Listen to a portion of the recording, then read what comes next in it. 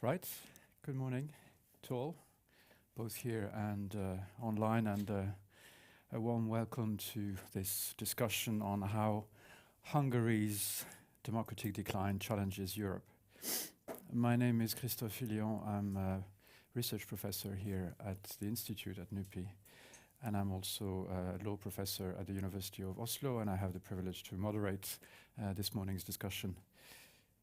The event is part of an ongoing seminar series called Norway and the EU towards 2030.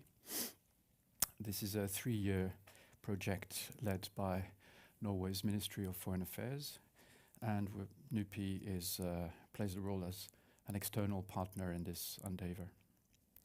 The purpose of this general project is to provide expertise, enhance competence, and stimulate debate here in Norway about various developments in the EU, which are of relevance for Norway. And the project covers 4 different subject matters, starting with EU foreign security and defense policy, the EU's Green Deal, the EU's work on health preparedness, and democracy and the rule of law in the EU. And it is in the context of this 4th work package that this discussion this morning is taking place. The purpose of this particular work package is to find out what is being done, what could be done by the EU itself, but also by Norway in the context of its cooperation with the European Union to address and possibly reverse the deterioration of democracy and the rule of law in the EU member states. And this morning we're focusing on one particular member state, namely Hungary, and on the impact that its declining democracy has on civil society. We want to know how civil society organizations involved in the defense of the rule of law, fundamental rights and democracy, what this decline of democracy in Hungary is having on the work of these civil society organizations, on how these organizations continue to operate despite being the target of various governmental initiatives to undermine their activities. We also want to know how European institutions and countries like Norway have been reacting to this development and how they may help these civil society organizations in the future. Now, we are very fortunate indeed to have here this morning Marta Pardavi, who has kindly accepted our invitation to come and enlighten us about all these developments and all these issues. For those who don't know Marta, Marta is co-chair of the Hungarian Helsinki Committee, which is a leading human rights organization based in Budapest. Marta is a lawyer by training, and she's recently been focusing on the threats to the rule of law and civil society space, both in Hungary and in the EU more widely. She also co-leads the Recharging Advocacy for Rights in Europe, RARE, program, which equips human rights organizations to build stronger alliances for joint action on civic space and rule of law in the EU. Marta serves on various boards of very important organizations, one of which is called Reconstitution. She's been awarded various distinctions, starting with the 2018 Williams Abel Human Rights Award for Human Rights First, Civil Rights Defenders of the Year 2019 Award. She has been a policy leader fellow at the EUI, the European University Institute in Florence, at the institute, at the School of Transnational Governance. I could go on, but we have other fish to fry. Marta will speak to us for about 25 minutes, and then I will immediately open the discussion, which no doubt will be lively and insightful. So Marta, the floor is yours. I have to say that this event is streamed on YouTube. So, you know. Marta. Thank you very much, Christoph, and thank you very much for inviting me here. And Thank you very much for turning out this morning. For this, I want to greet you all. If there's anybody from the Hungarian community in Oslo, a special greeting to you. And indeed, we talk a lot about the rule of law in Europe. That's good. It's not so fortunate that we talk about its decline a lot more. And in these conversations, Hungary, of course, always comes up. Not only when we talk about Europe, but globally, Hungary is often named as a pioneer in illiberalism, frontrunner in democratic backsliding, an experimenter in how to do that within a highly sophisticated framework that is both set on standards and political cooperation. And so here as a civil society organization colleague and somebody who is, I think, deeply committed to the idea that human rights, democracy, and rule of law are integral to our safety and security in Europe, I'm quite sad all the time to be talking about Hungary in this context. And I'm also happy now that the focus is on civil society, which I'll tell you a little bit more about it, but that it is actually quite a good lens to look at what rule of law resilience can mean in practice. Now, coming to Norway in 2024, and I've been here several times before, but this year I thought, isn't that striking that just 10 years ago, there were police raids in Budapest against the NGOs who were distributing EU Norway grants to civil society organizations. This was something that was really unexpected at the time. It took civil society completely by surprise that there would be such forceful, mediatized police action against civil society organizations that work in the support of an active civil society and vibrant democracy. But this is what happened, and it started now a 10-year-long story of varieties of measures, legislative, policy, propaganda-wise, against civil society organizations that are very critical, I think rightfully, of what is happening in Hungary to democracy, and have been quite vigilant in monitoring, reporting, analyzing, advocating on these topics, even litigating on it. So just not to have to go through all the years, but I just want to flag that as I was thinking of what has happened to civil society in the past 10 years in Hungary, every year there was something. Almost no year went by without some important step on the decline path. First of all, it was this concerted political campaign against the idea that there should be foreign funding to democracy supporters. Now, this is, of course, a first, as it was in Hungary, but it was not a first in general. It followed 2 years after Russia's foreign agent law.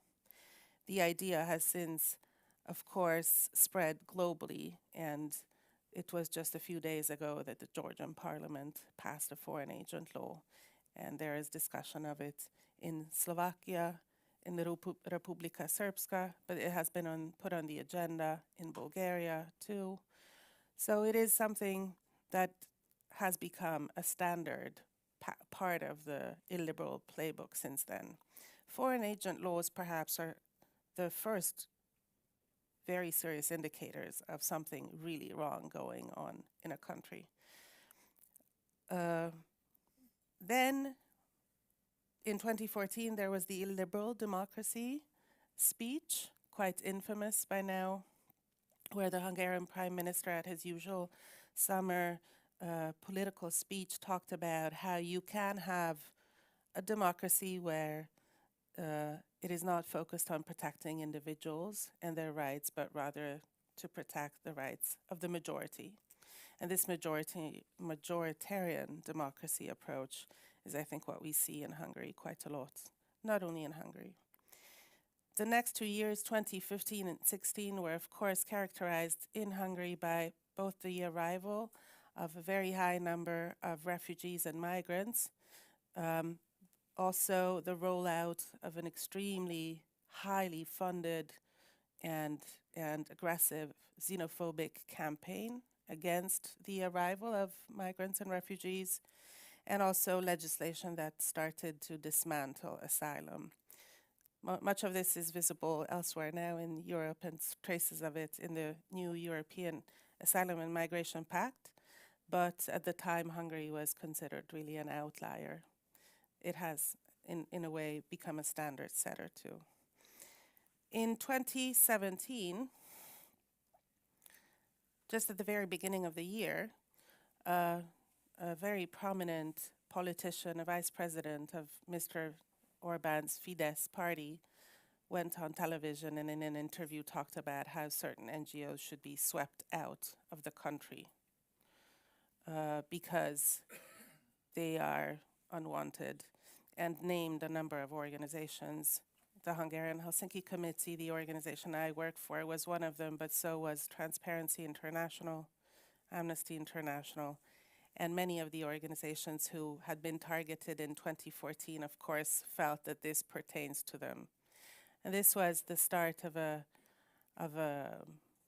very well-known campaign by now, which focused on labeling, stigmatizing organizations that had received funding from abroad, including funds from the EU and Norway grants fund, but also elsewhere. It was basically a somewhat lighter copy of the Russian Foreign Agent Act that appeared in an EU member state. So the 2017 Act on the Transparency of Foreign Funded Organizations was quite an important step in this democratic backsliding, not only as it concerns civil society, but also as it concerns Hungary's position in the European Union, because even EU funding was considered foreign and therefore subject to stigmatization and labeling. This law, of course, was accompanied at the same time by a law that targeted the status of the Central European University, a graduate institution that has nurtured thousands of students, both Hungarian and foreign, in Budapest, and which, because of, I think, the risks to its operations, decided, sadly, to move to Vienna and has left Hungary since then. The building is still there, but it is empty and increasingly turned into commercial use.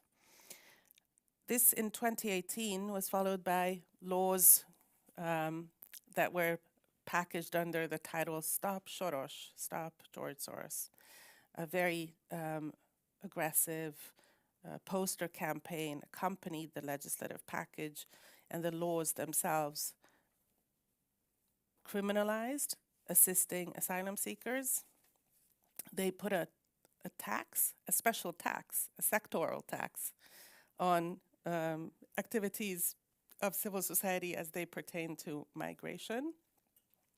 So, for example, under this law, a discussion like this, if it was about EU migration policy, could be something that the organization hosting it, NUPI, would have to pay a 25% tax after.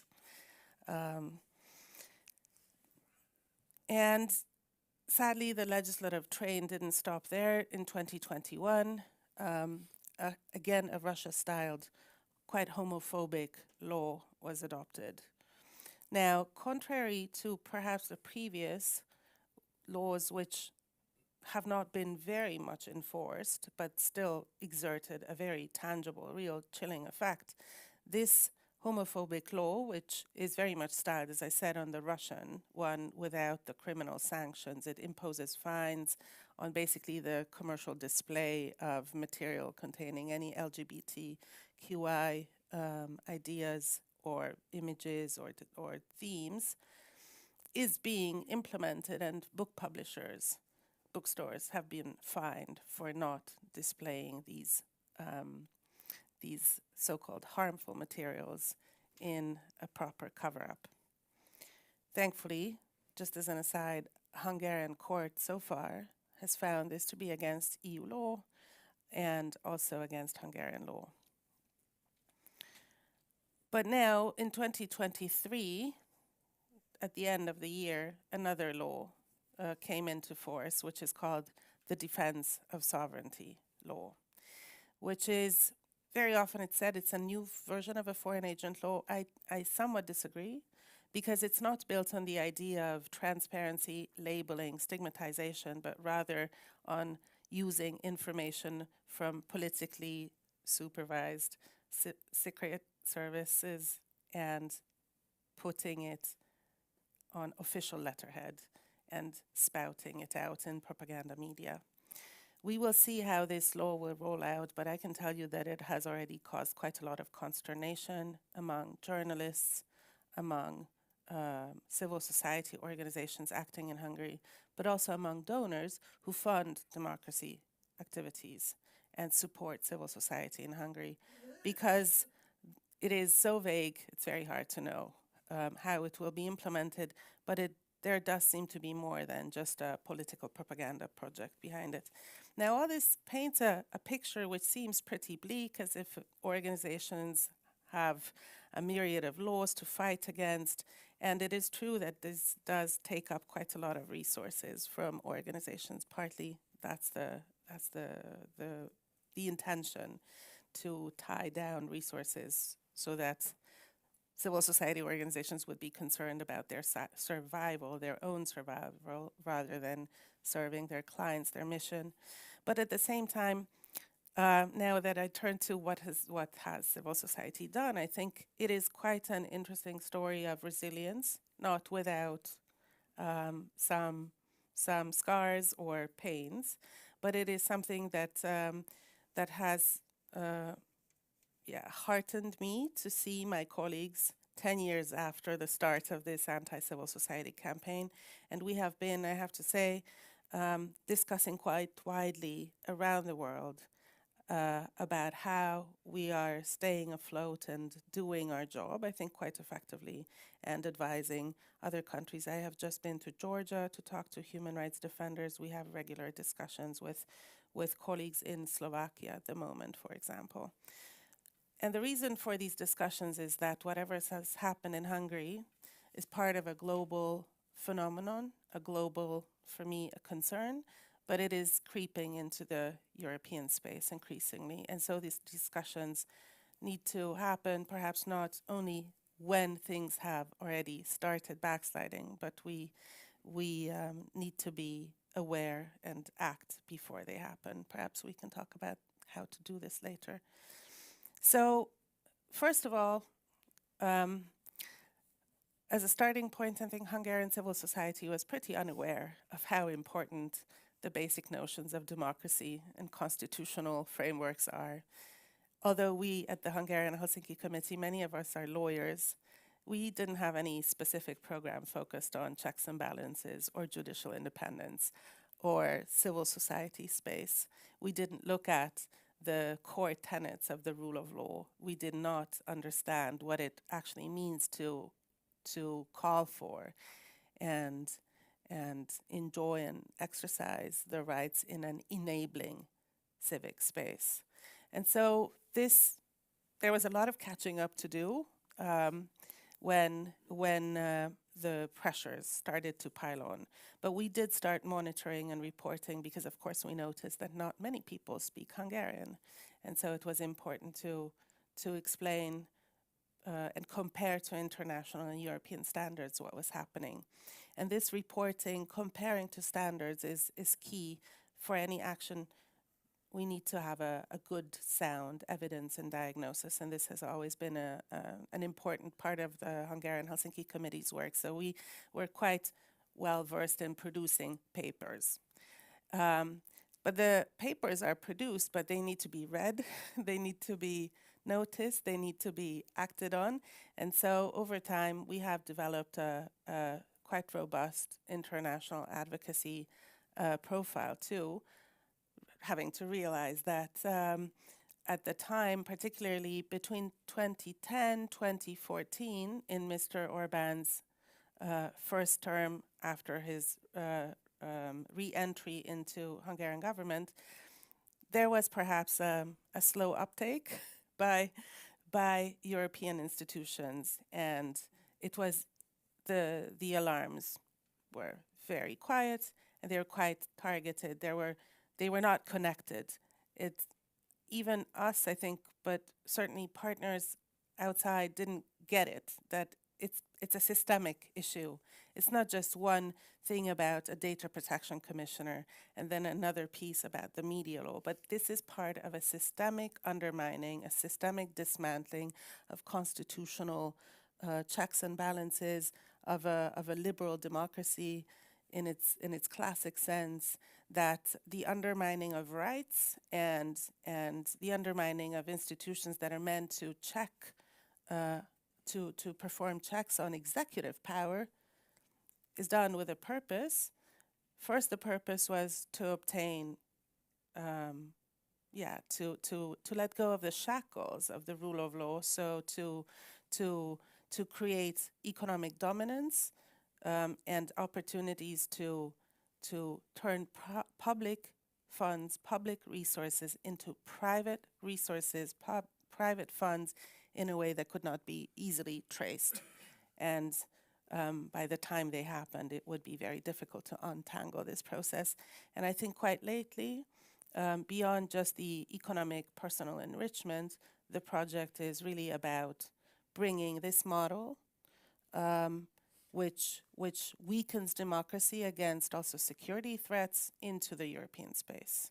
So it is a very quite ambitious project, and we'll see.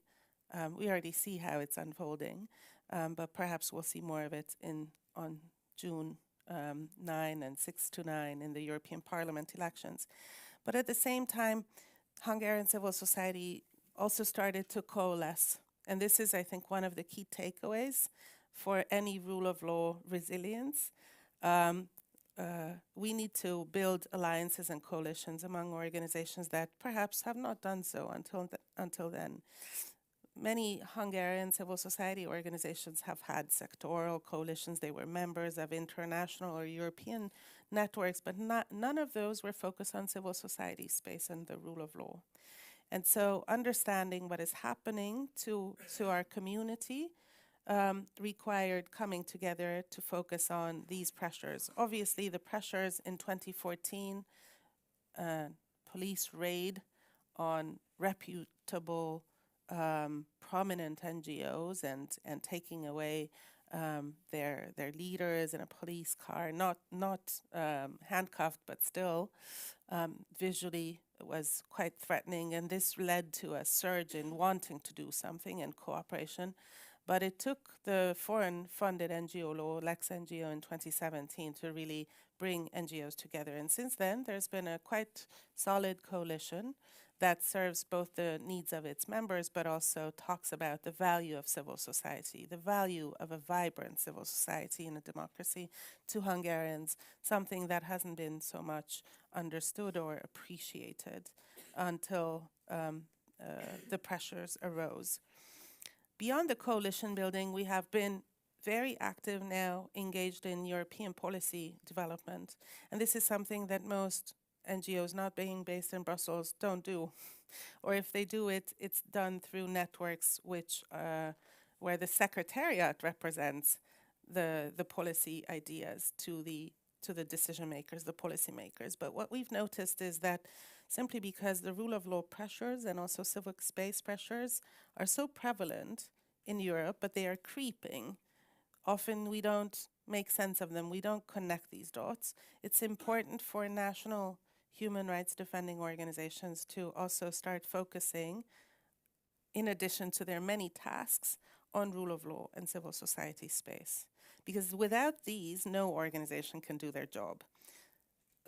Media freedom is a third one, which I should point out. But of course, media freedom, I think, is something that is quite dear to journalists themselves. And so I don't think it is underserved in this way. But the idea that rule of law and civil society space are intertwined, that you cannot have one without the other, and they really need each other.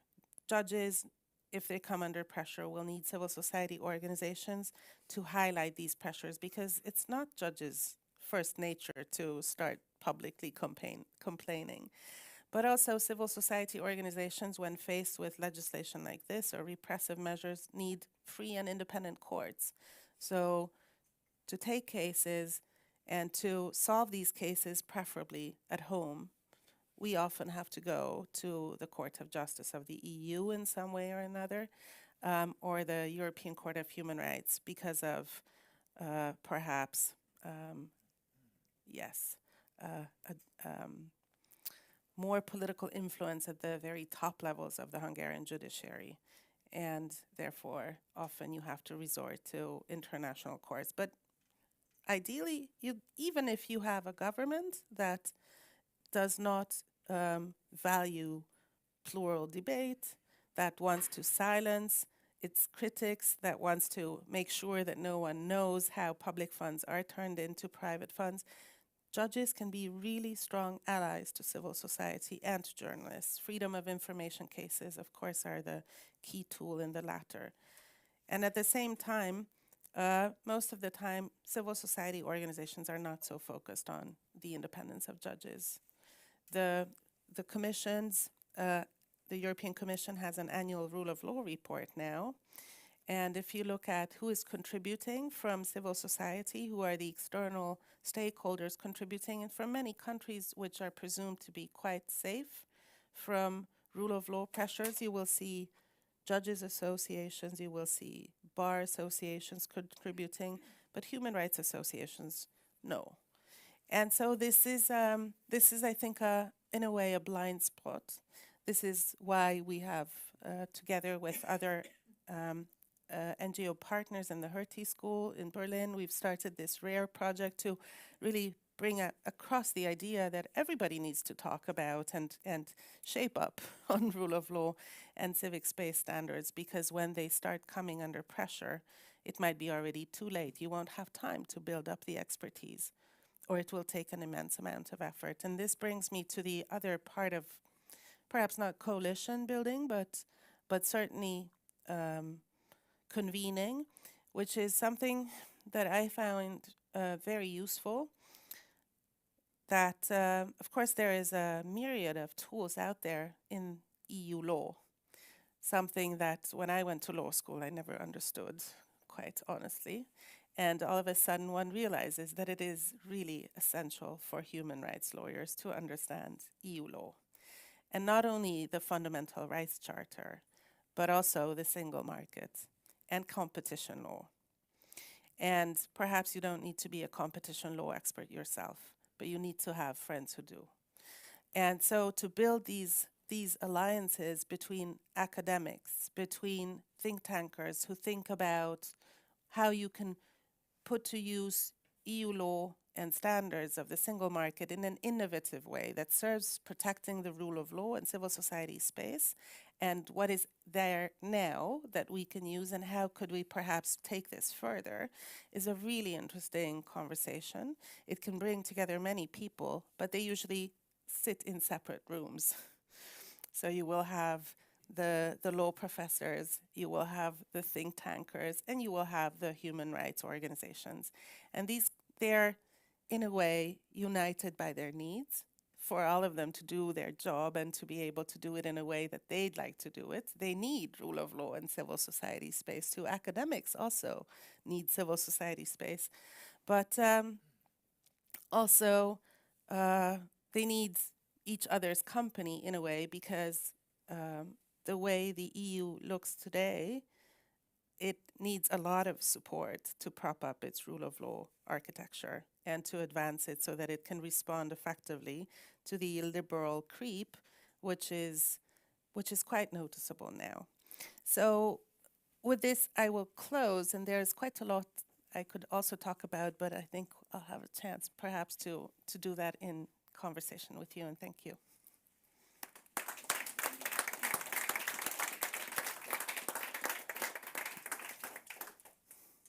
Thank you very much, Marta, for first reminding us of what has happened over the years to civil society organizations, both in Hungary and elsewhere, unfortunately, but also reminding us of the importance of closing ranks,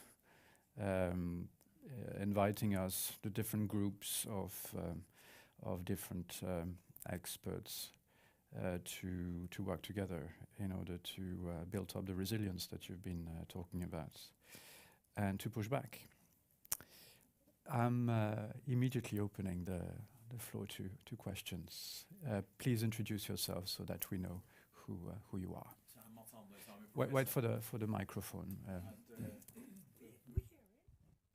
Yeah, but it's being streamed. Thank you. And So Professor Mats Andernas from the University of Oslo. I'm very interested about the court strategies and how alien it would be to some NGOs and to some extent to the mainstream legal community. But as you say, free movement, and you mentioned the prohibition against certain publications, which then obviously could constitute a violation of free movement. And even when you talked about the extreme disproportionate legislation against assisting refugees, there would be issues there which obviously could have a free movement perspective, and the way the Court of Justice now reasons combined with charter violations. And now it is difficult even in a Norwegian context, because as you know, we are in the EA.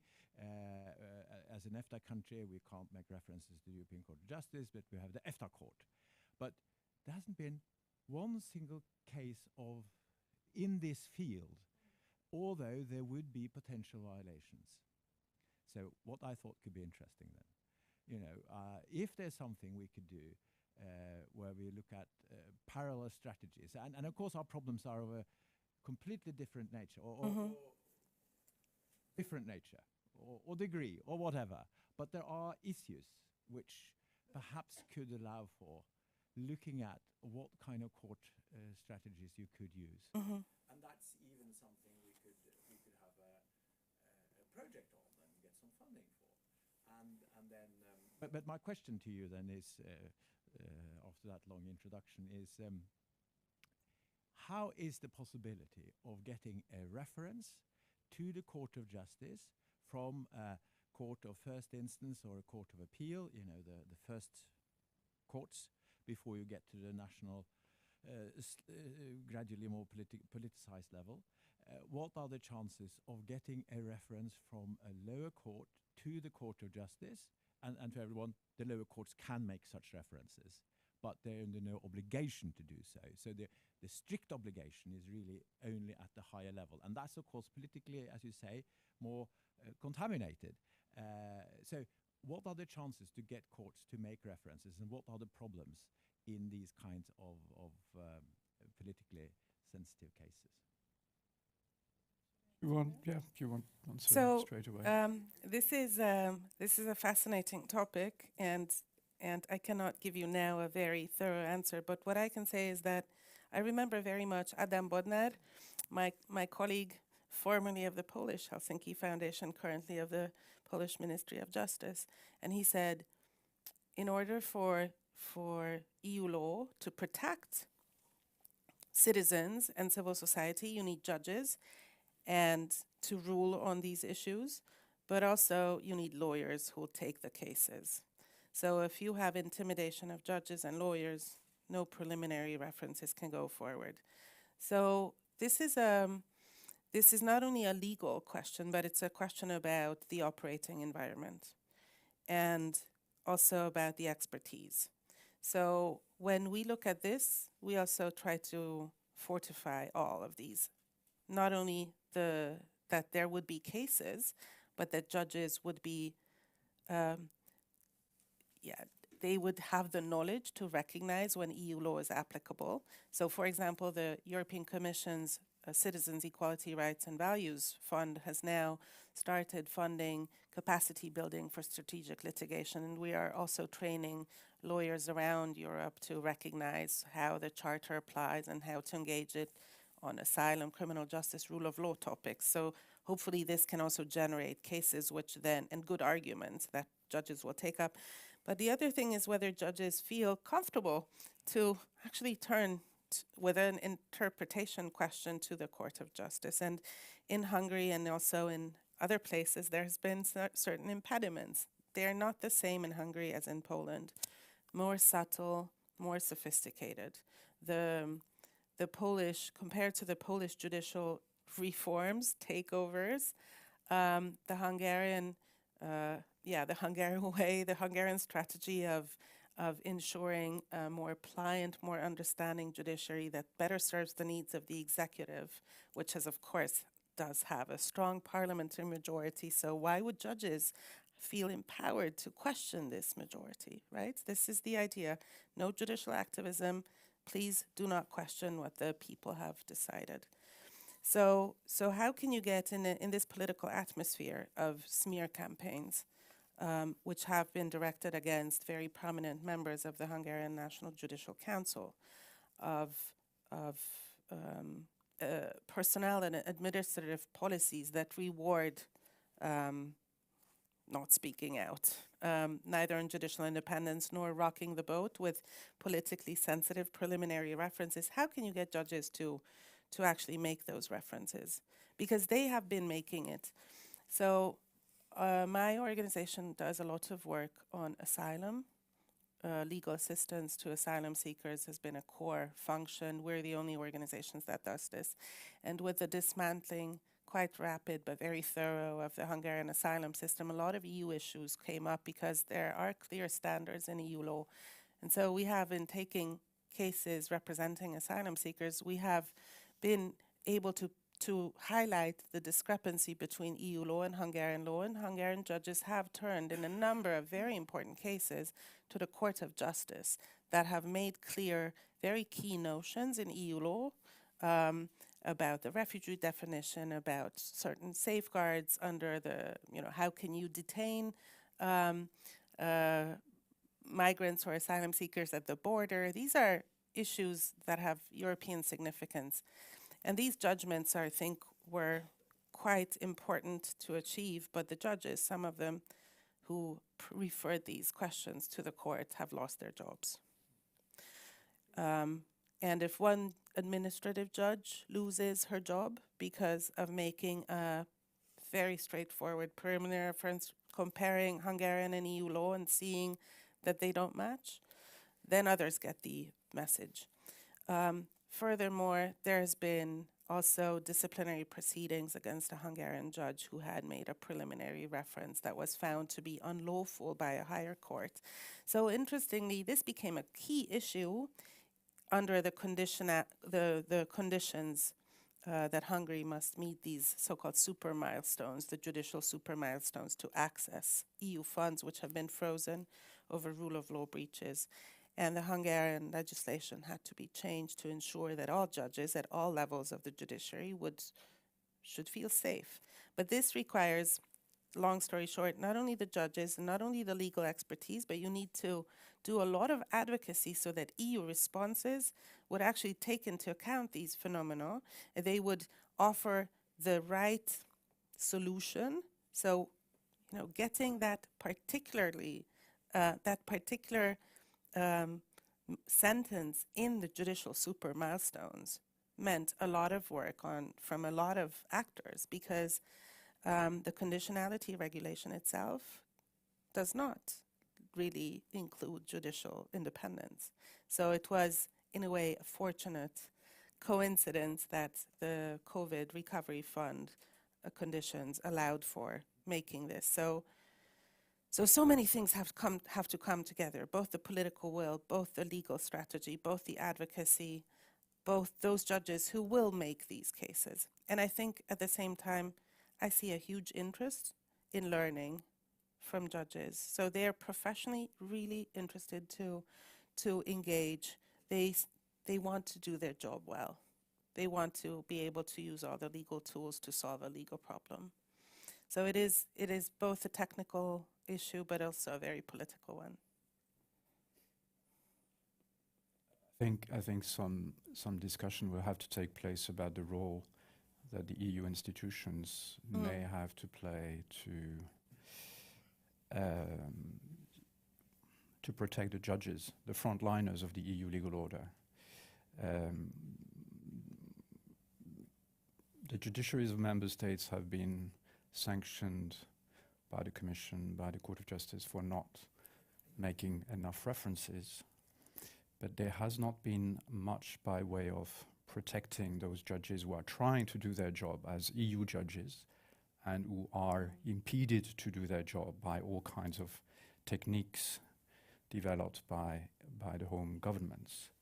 And there the European Union is, I think, letting down its really frontliners, namely the judges at the lower level who are doing what they can to secure the functioning of the EU legal order. They shouldn't be left on their own, but there's a lot to be done there, I think, also in academic terms to work out ways to help the judges do their job.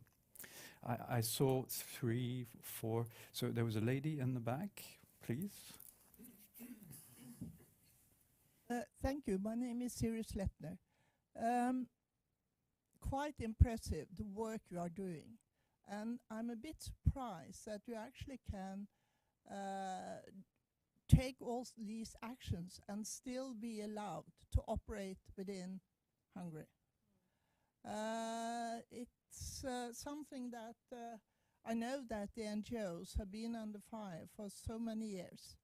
And probably this is some part of Orban's strategy to let you breathe a little bit. If you look at, I want to look at it a more political aspect. If you look at Orban and his entourage, he has a very strong grip of both the parliament, the party, the people he appoints to different positions. I remember way back in the local election, I think it was 2012, he interviewed each one of the mayors to stand for election. And we also know that if you disagree with him, you have no career or future in Hungary. One example is Andras Shimoy, who was the central bank governor, but he left to London. The opposition at the last election, it was interesting to notice that even though his party and his politics tried to restrain the opposition, they still managed to get some support. Is there any hope for the opposition? I noticed it was the previous husband of Varga who is actually standing as a front figure. Is that a real figure? I mean, what is could you perhaps say a little bit about the prospect for the opposition in Hungary? Because that's important, not only for Hungary, but also for us. What will happen at the next election? I've been following the rest of Central Europe, and I know that Fico, he is under the radar what he is actually introducing in Slovakia. Is there any kind of NGOs in Slovakia or the opposition who can put a spotlight on the actions he is taking, for example, against the judiciary? And of course, we have been touching on the EU, and they came very slow in the beginning. But then, in the end, at least they are now reacting, and they are using the one tool that Orban understands, money. But there are more parties or people in Europe who actually support the kind of policy that Orban has pursued. Do you believe that you are building up a network of NGOs in Europe? Can they have some kind of influence on how the rest of the EU is reacting to these kind of movements or events or whatever you call it? Thanks. Thank you. Well, that's quite an extensive set of questions, but they are, I think, interconnected. And I'd start with they say breathe a little bit. How can Hungarian civil society organizations still breathe a little bit? Well, the breathing space is exactly the civic space, right? The legal, the policy, the supportive environment, the legislative frameworks, the existence of an independent judiciary, the independent media. Certainly, this space is constrained in Hungary. There is no doubt about it. The coalition building of civil society organizations also allows smaller organizations to participate in speaking out without having to give up their own work. Because if you are a women's rights NGO with 3 volunteers, you will not have the ability, the resources to participate alone in litigation. So you will need somebody to help you with it, but you will want to put your beliefs, your commitments, your people behind this cause. So coalition building is one way to breathe. It offers a lot of opportunities. It's not so easy all the time, but it is very a good way to pool resources and to pool strategies. But at the same time, I think it's important to know that. So I talked to, because of what's happening in Hungary, I had the real pleasure to speak to a lot of activists, human rights defenders from a lot of places outside the EU. And it is quite striking how similar things are in Hungary to what is happening in Georgia, Turkey, Egypt. It's not all the same, but the same symptoms to different degrees are there. So it is still not the same. And one of the reasons why it's not is because the European Union and its legal framework is there. It's a real safety net. One has to use it, but it's there. The other thing is that so I'm not a political scientist, but the friends of mine who are say that the informational autocracy is perhaps a fitting term for what is going on in Hungary, because information, who controls it, who accesses it, who can dominate it, the messaging, and how much funding they have for it is the key. So in this environment, people are not thrown in jail, but just they don't have access to people. It's also a very polarized society. So the polarization, the extreme polarization also makes it hard, of course, to people to hear each other and to engage in conversation. But this informational autocracy is perhaps well described by just a recent figure. There is a group of influencers, individuals, who use social media, Facebook in Hungary, uniting under the Megaphone label, which has received immense funding, ultimately from public funds, but through intermediaries. And this group has been able to spend about a little under 800,000 euros in the first 3 months of this year on Facebook advertisements.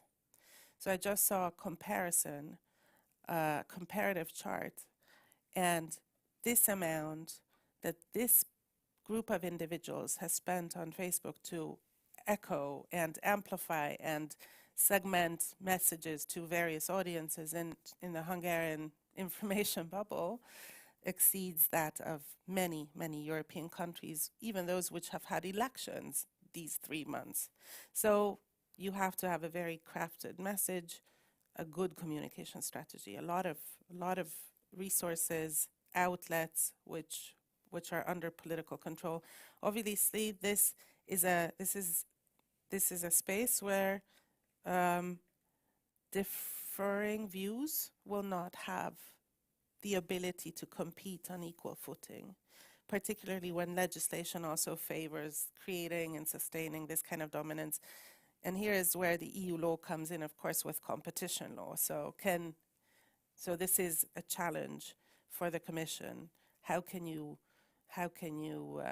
noticing that media market concentration and distortion is happening in the interest of a political project that is actually meant to undermine core EU values? How can you use your EU tools effectively? But the aim is not to suffocate, but to civil society or media, but to starve. So to starve the resources and to starve civil society, particularly of its credibility, the only real asset it has, not money, but credibility. And so attacking credibility is the way to roll out this starvation strategy, and also by making it look unattractive, weak, a victim. Mr. Orban, just like Mr. Trump, likes winners, and so you create losers. So I don't think we're losers, but that's the idea, to create losers. So it's not, you don't want victims, you don't want show trials. It's I think, a big difference. The career issue, so if somebody comes to work at the Hungarian Helsinki Committee or any of our really great NGO partners, in the current moment, I think they have to know that they will not be able to have a job in public administration.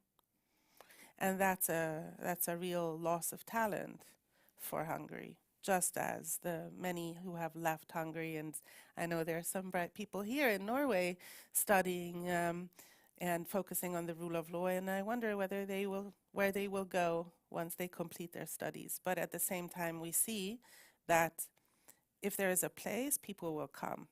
So we've had many colleagues who have lived abroad, who have done great work abroad, who have moved back to Hungary to join our organization. And that's, I think, an important remark, to create spaces where people can bring their talent back in the service of supporting democracy. This is where I perhaps jump to the opposition. So as long as these places don't look attractive, people will not come, right? So the idea is to create a reliable, a viable, a trustworthy opposition. And by and large, the Hungarian opposition hasn't been doing so well on this front.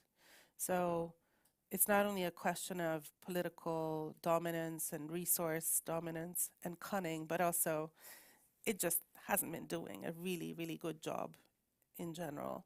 Now, the emergence of Péter Magyar is such that I just saw that there is a big article about him in the Financial Times already.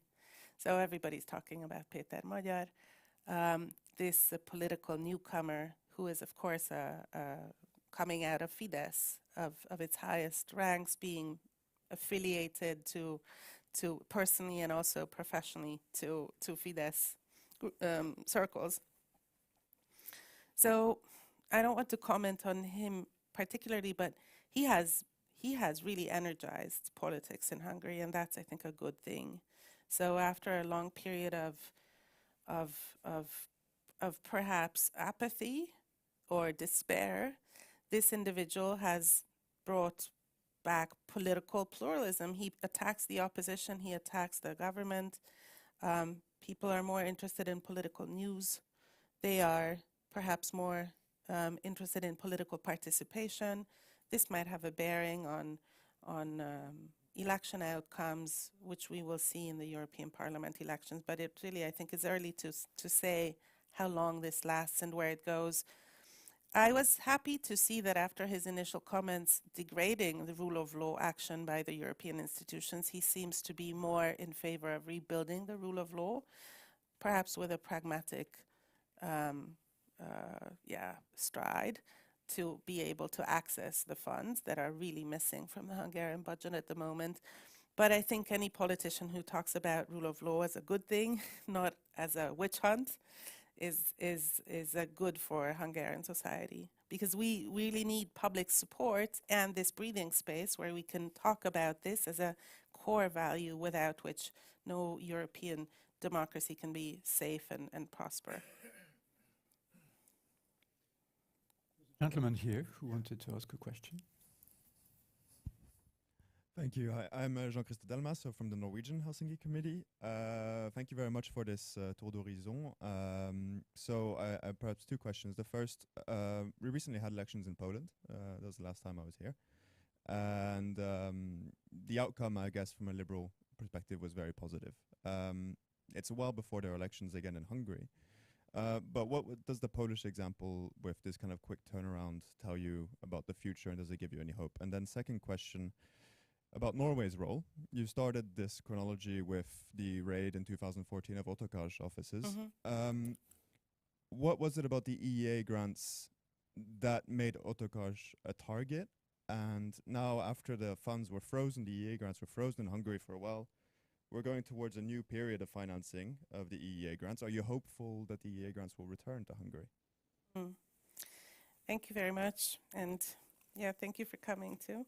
So with Poland, we have been in touch, working extremely closely with Polish colleagues, the Helsinki Foundation, and also many others, doing a lot of joint advocacy, joint strategizing, comparing litigation options, writing studies. So really working very, very closely. And there's quite a lot that we can learn from Polish civil society, but it cannot be, I think, just the Polish example transplanted into Hungary, and we can't expect it to work.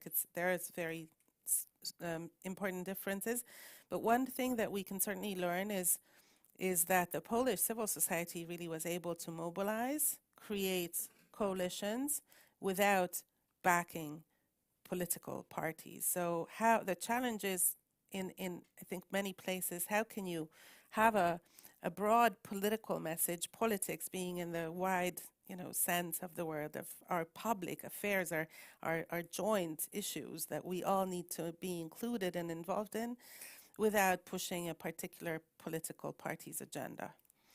And I think the Polish civil society was very good in mobilizing, and also mobilizing groups that of society who are perhaps less interested in politics or less willing to vote. So obviously, women, young people, they had also, I think, quite clear expectations of their politicians now, that they can hold them accountable. So I think that's really important. And there's a lot of challenges for them. Holding new government accountable is not so easy in Poland either. So those who criticize, for example, some of the actions, the legislative actions, are also having quite a hard time. But certainly the coalition building, the mobilization, something.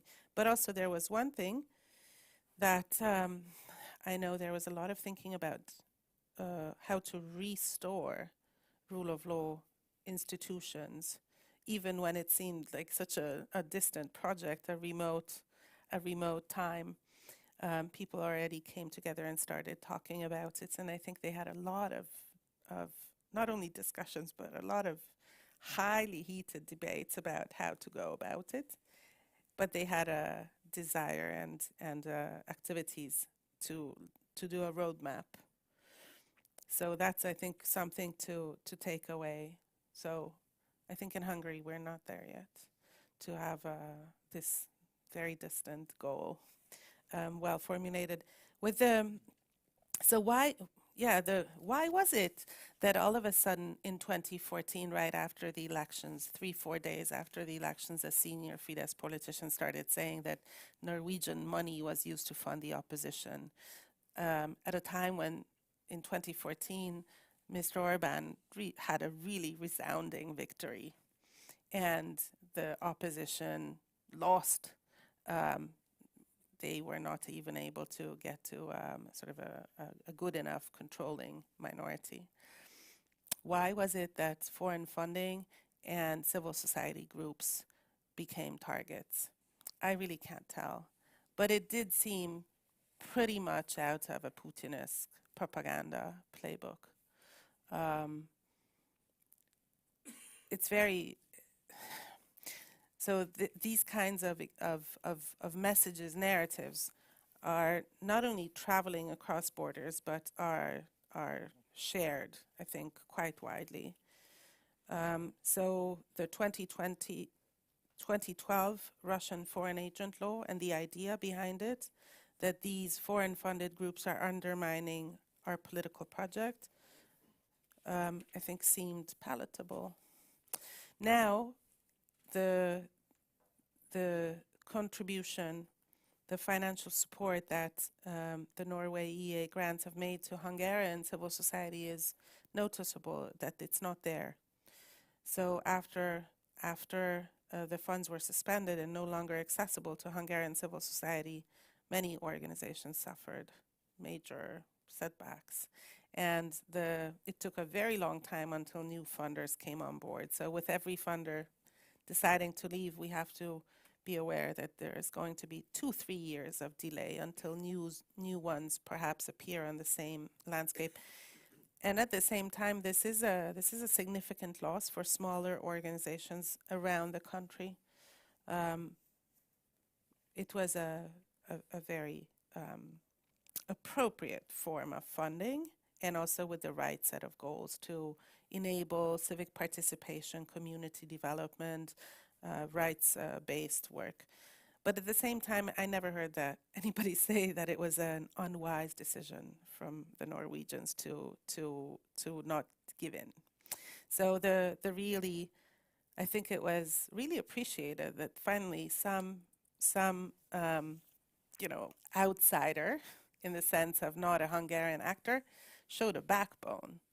And that is a very important message to Hungarian civil society, to preserve your integrity and stick by your values.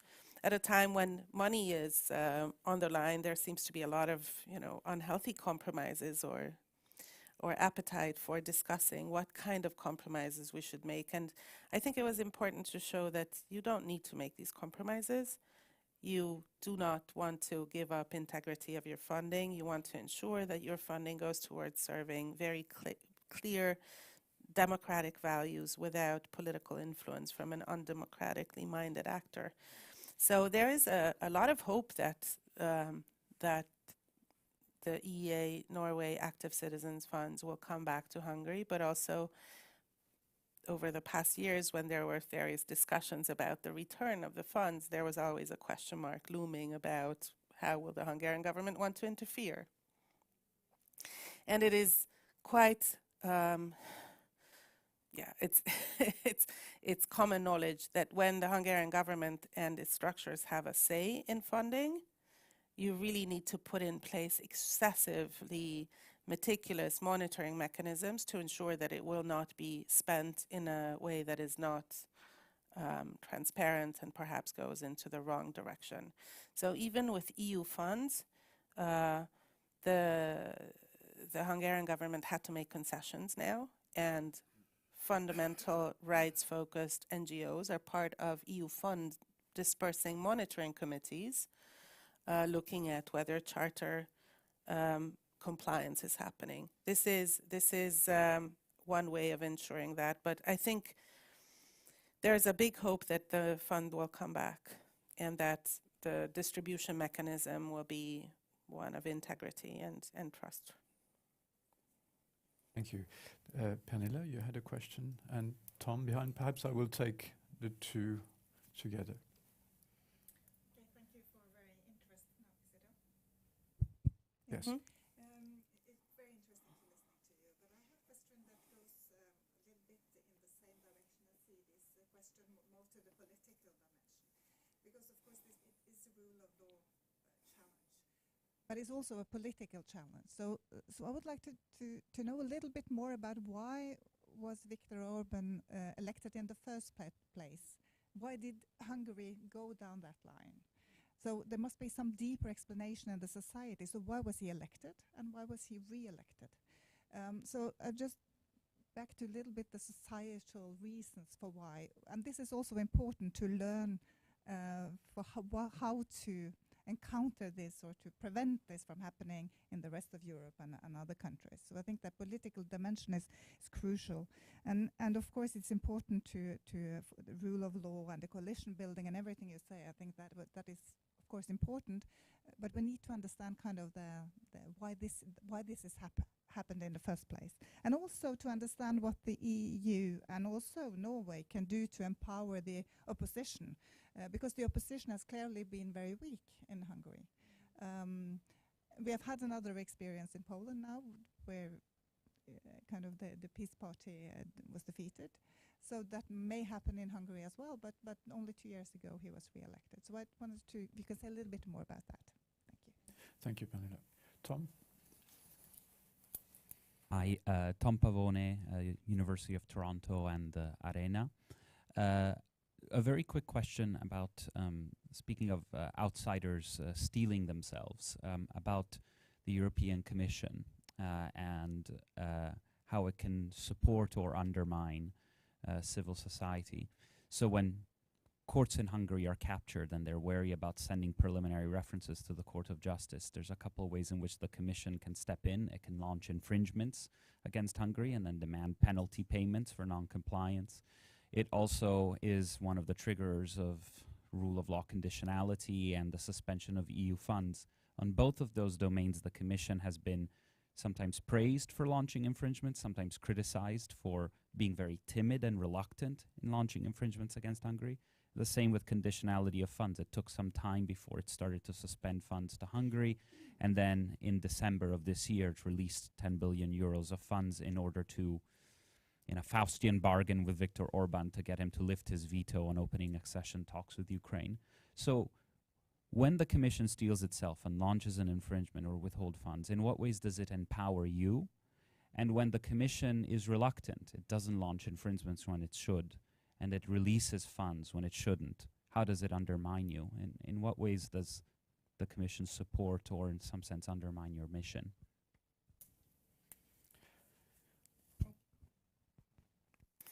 So, until how long do we have? 30 now? No. So, I'm not a political scientist, so I'm a lawyer, and I'm not a social psychologist either. And many of the answers in your first question are, I think, in their realm of expertise. But why was Mr. Orban elected in 2010?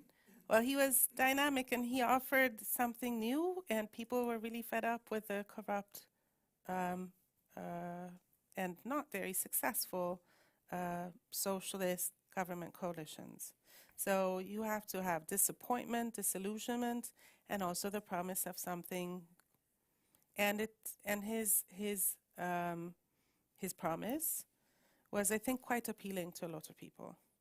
Some of them were fairly soon disappointed, disillusioned, but he did say, we're going to root out the corruption, we're going to hold the previous government accountable for corrupt practices, and we're going to make sure that we will reinstate, and this is quite an important message, I think, in every electorate, we'll reinstate our pride.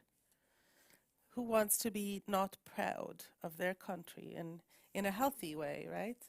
So I think he had a message of, and this was not long after the financial crisis. So he had a message of, he didn't say make Hungary great again, obviously, which he says now, but not in 2010. But that was the main idea. So we'll give you back, resources, hope in the future, we'll be stronger, you'll be financially better off. That's a pretty good promise, I think. And then, of course, there were certain things which I think are not mentioned in this context too often, but for a lot of Hungarian voters, specifically targeted by Fidesz policies, this promise was delivered because of favorable economic circumstances in the world, plus the EU fund transfers that helped. So with a social policy that favors middle-class families, which is one of the core electoral groups for Fidesz, they did have more money at the end of the month. They have favorable loans.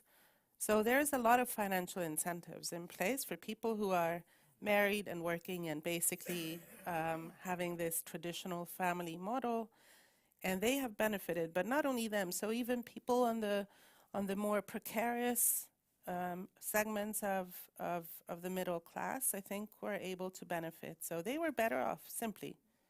And for many people, I think this is already good enough, even if you don't like the aggressive style, but you look at the opposition and you don't see a viable, convincing alternative. So I think this is partly an explanation that the favorable financial conditions could allow Fidesz to give these transfers to a well-identified segment of the electorate. I mean, that's politics, right? You use your opportunities and you use your... Now, when the financial conditions are not so favorable, I really wonder what will happen with this particular group. And the Hungarian economy, the budget, is in dire straits today. So the budget, the annual deficit, 90% of it has been already exhausted in the first 3 months of the year. The revenues from taxes, domestic taxes, aren't going to be as high as expected. So the Hungarian government, the state, needs funds to run on, and therefore the EU funds, I think, are quite important. And it is 20 billion euros. That's a lot of money. That is really, it's an unimaginable amount of money in Hungarian forints. So that's missing, and it really has an impact. And so whether now, before the European Parliament or municipal elections, the government really can afford to again roll out a lot of cash payments in advance of the elections, I really don't know. It would be very, very, risky financially. But also, Hungarians, I think, are super tired of this excessive polarization, this toxic politicization of everything. So, you know, we, of course, also want to be just left alone and, you know, to go about your business after 5 p.m. You don't want to always be inundated by political propaganda messages. Particularly at the same time, I think a lot of voters are realizing that this corruption is so pervasive. And this newcomer, Péter Magyar, is able to talk about corruption. He knows what he's talking about. He can credibly say that he really understands the depth. So I think there is now perhaps some shift in the support for Fidesz. But as I said, it's not only the electorate, but also the circumstances, the complete overhaul of the electoral system to give a bonus to the strongest party. The media market being really dominated by Fidesz-aligned, funded media outlets, the constant hate and fear campaign, which is keeping the core voters on their toes, feeling that we're mobilized, otherwise we will be, you know, overrun. Now, the European Parliament election campaign from Fidesz seems to be focused on one single word: war. So within a sentence, it will be uttered 3 times. So it really drives the war, the fear of war also home. So who can protect us against war? It will be Mr. Orbán. So this is the proposition, talking about Brussels, NATO in a way that is warmongering. So fear, propaganda, takeover, and actual, you know, financial incentives. I mean, that seems to be a good combination, but it really will be tested, I think, in the next years with a new, perhaps, opposition political figure, if he can grow a party, if the cash transfers won't be, you know, affordable to the elections, what can you offer? Just the circus, not the bread. Yes, your question, Tom, and also how to empower the opposition. Just one, sorry. So it's not the opposition parties that need to be empowered. The Euro parties should do that. But to fortify the democratic architecture, the ecosystem, through legal means, policy means, I think, to incentivize rebuilding the weakened structures, that's a task for European institutions and also in the council. These are the kinds of discussions should be had. So I think for the opposition parties, they're all part of party families, so they should, you know, learn tactics and also act. The question about the Commission action. So of course it empowers when the Commission takes rapid action on key topics such as this defense of sovereignty law. I think it was, well, of course, we only see the press statement. So we see key notions mentioned in the press statement, which I think are important for Hungary on this particular law, but also for others. So the Commission has said that this law is in breach of EU law for many reasons. Some of these are related to European democracy, and that European voters cannot exercise their right freely. Also about the freedom of movement of citizens and funds and financial transactions cross-border in support of civil society and transactions among various economic actors. So these are very important, and these are the kinds of, it's not only the infringement action, but the fact that this will culminate in a court judgment, which I think will find the Hungarian government at fault. Really helps. It has helped us, it has helped others too. The fact that there is this Court of Justice ruling on the 2017 Lex NGO is, I think, going to help Georgians to also at least do advocacy when it comes to European integration prospects, because it lays out very clearly certain standards, reinforces them. But the infringement actions always happen when things have already,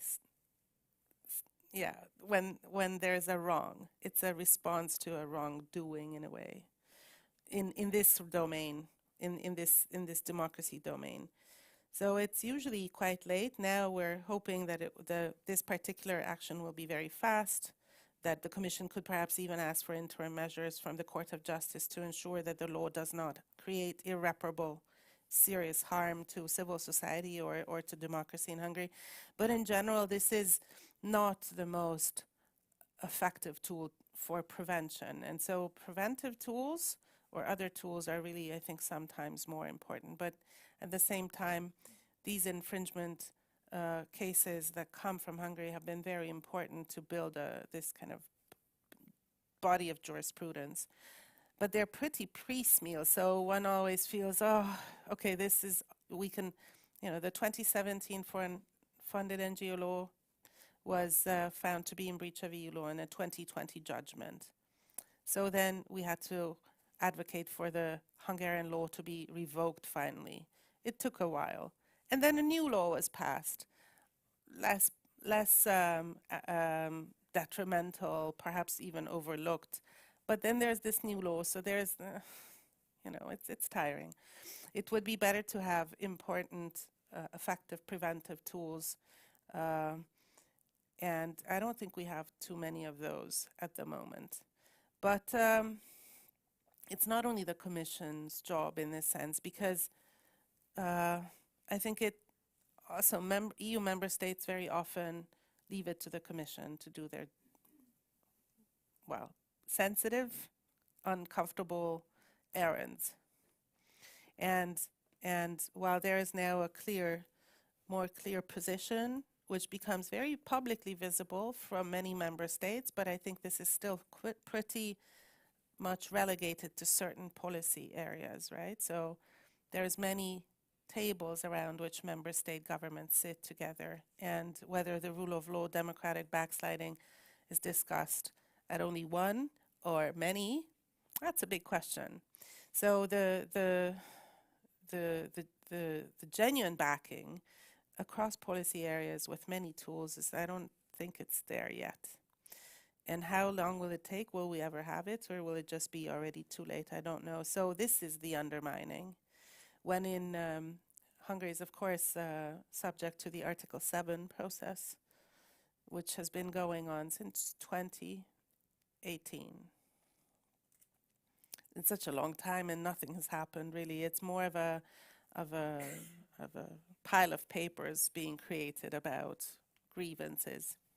So that's also an opportunity for member states to start making specific recommendations, and also to use the Commission recommendations coming from the Rule of Law report or from the European semester reports, and echo those too. But it seems that it's still politically too sensitive at times, and I think this is a real miscalculation, because not speaking up about it allows it to go forward. So rather, I'm curious to see whether the new Commission, once it will be in place, whether it will change, and whether it will assign a higher priority to rule of law preservation and protection in the EU. And if it does, which I think it should, then I would also expect this to be followed up with more serious actions. Slovakia, right? So do we know what is happening in Slovakia, and why is there no real fast action when we know what the direction of these endeavors are going in? So this is also a question about not only perhaps political priorities, but also a question about resources. So the Commission really, I think, is understaffed for many years. They don't have enough people to really take the actions. This is a question about resource allocation priorities too, that should reflect a real comprehensive strategy. So yes, Slovakia, the judicial changes, the very clear pro-corruption measures should be followed up fast, just as anywhere else. I heard an official from an EU institution saying a few days ago that there was a sense of relief in Brussels that the Constitutional Court of Slovakia decided to suspend some of these toxic measures. Sense of relief because they felt that they wouldn't have to engage themselves, which says a thing or two about the eagerness to act sometimes at the level of the European Commission, because in CASU that was an official of the European Commission. Yes. They do have a point, though, that you should have real strong constitutional courts, but they just seem to be under pressure too.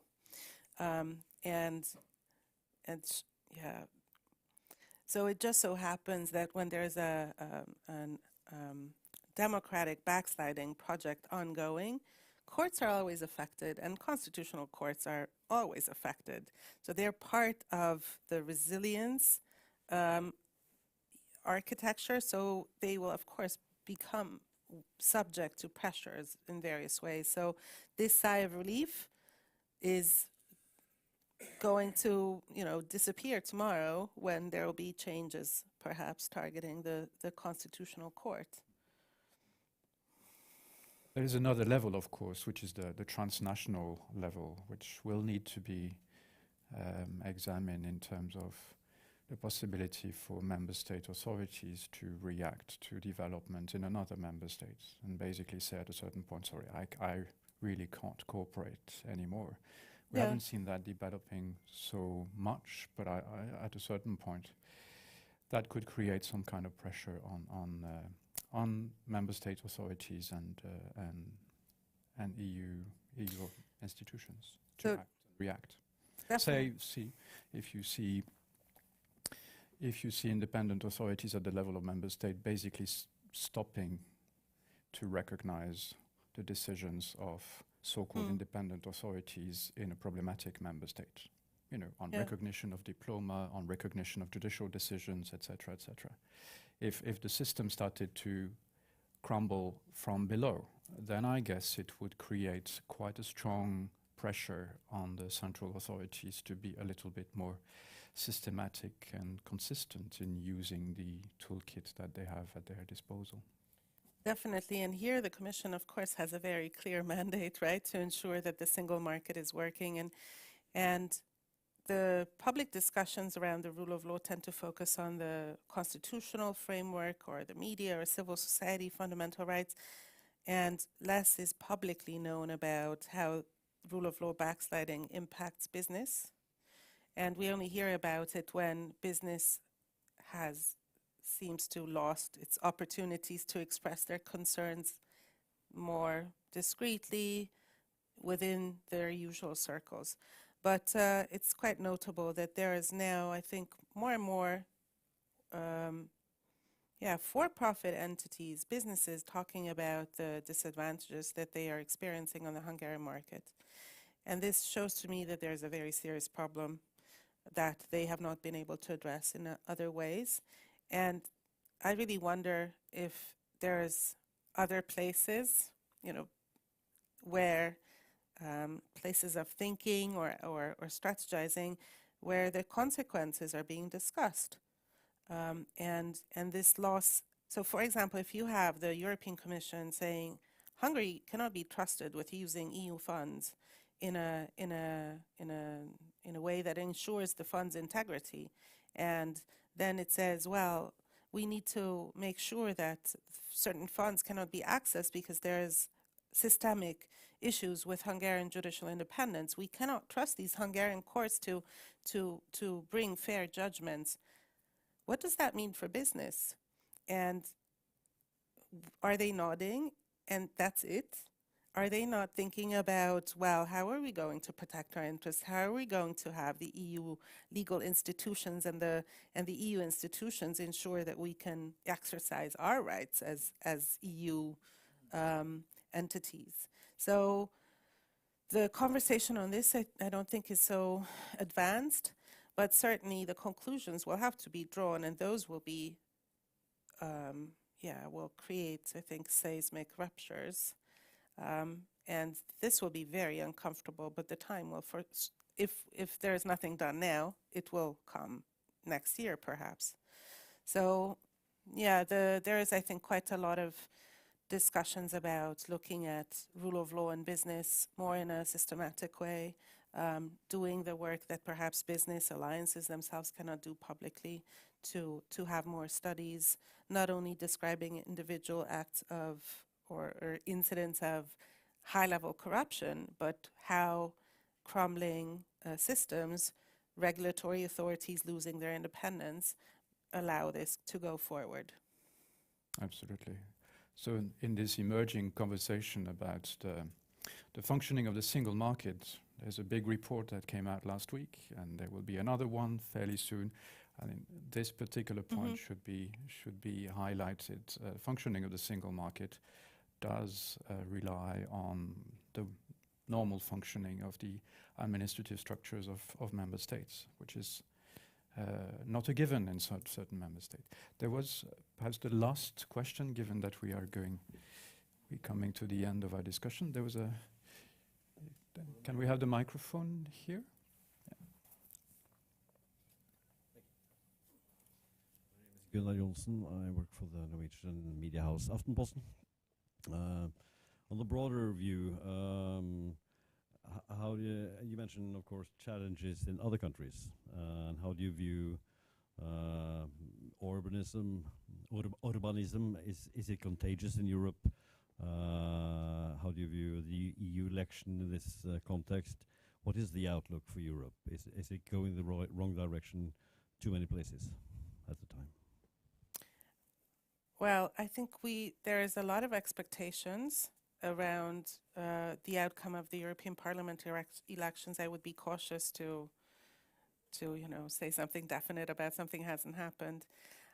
What I know is that the Hungarian Prime Minister has a very clear agenda and is a very clear vision for the European Union and the kind of society that Europe should be and who should have a say in that society. And he has been putting quite a lot of legwork and also funding to ensure that this idea will be shared across many other political forces.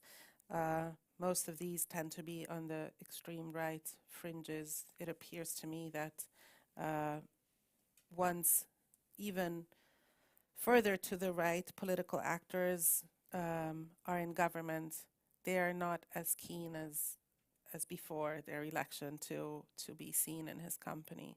So whether this will be followed up, whether this shift, this takeover of Brussels, as he said, we want to take Brussels over, will materialize is a big question. But this is certainly a project. It is, and he is very ambitious about it. In fact, so much so that he talks about this a lot to Hungarian audiences. So even domestic speeches are very much focused nowadays on Europe, on the world, on where the world is going and how we need to find our place in that world as Hungarians, and less on the immediate needs of Hungarian families who have gone through 24% of inflation last year, which has been very, very challenging for many people. But yes, he has put Hungary on a stage that I think is a big stage, obviously. He features with many of the autocrats. Whether this serves the interests of Hungary, really, the Hungarian society, I'm very doubtful.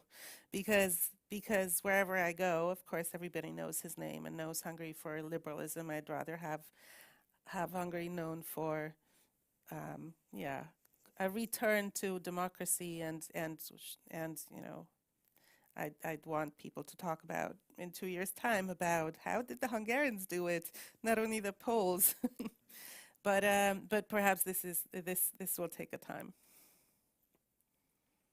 Right. On this sobering note, I would like to thank you very much on behalf of our audience, Marta, for coming to us to enlighten us on what's happening not only in Hungary but in other places in Europe, and also for reminding us of the very important work that civil society is doing to try and push back and the need to continue to support the activities of a noble organization such as yours. So thank you very much indeed, and good luck.